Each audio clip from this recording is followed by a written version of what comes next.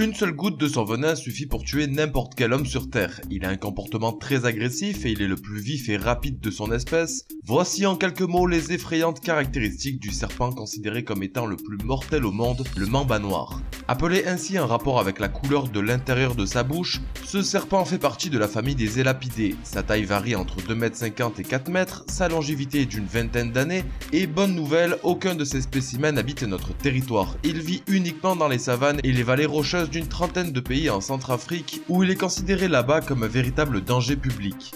Pour commencer, alors que la majorité des serpents ont un caractère plutôt passif et peureux, les mambas noirs très territoriaux ont bien souvent un comportement agressif. Peu hésitant de devoir faire face à n'importe quel de ses prédateurs, ils n'hésitent pas non plus à s'attaquer à l'homme s'il se sent menacé. Autre point sur lequel il est redoutable, ce serpent est très agile autant sur terre que dans les arbres, mais surtout il fait preuve d'une vivacité impressionnante, puisque sa vitesse d'attaque peut atteindre plus de 6 mètres par seconde, le classant comme étant le plus rapide au monde. Mais le mamba noir a aussi un deuxième record légèrement plus inquiétant, la toxicité de son venin. Pour faire simple, une seule réelle morsure d'un gros spécimen pourrait théoriquement contenir assez de venin pour tuer 40 humains en une seule fois.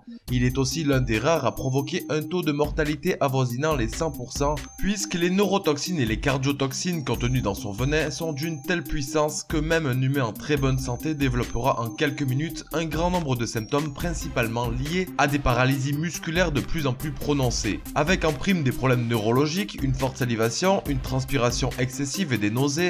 Si aucun soin n'est procuré, chacun de ces effets s'amplifie, menant petit à petit à stopper l'activité des muscles pulmonaires, provoquant une mort par suffocation dans les 6 à 20 heures qui suivent la morsure.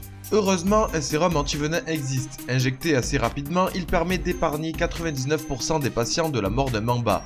Mais l'accès aux soins dans certains de ces pays est quelquefois difficile, et même si le nombre de morts provoquées par les mambas ne sont pas officiellement recensés, il serait à l'origine au moins de plusieurs centaines de décès par an.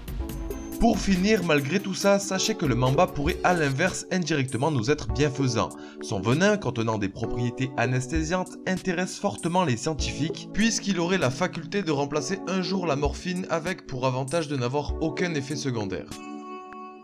C'est la fin de cette vidéo, n'hésitez pas à partager, à vous abonner ou alors à laisser un commentaire. En tout cas, moi je vous dis à très vite pour une prochaine vidéo.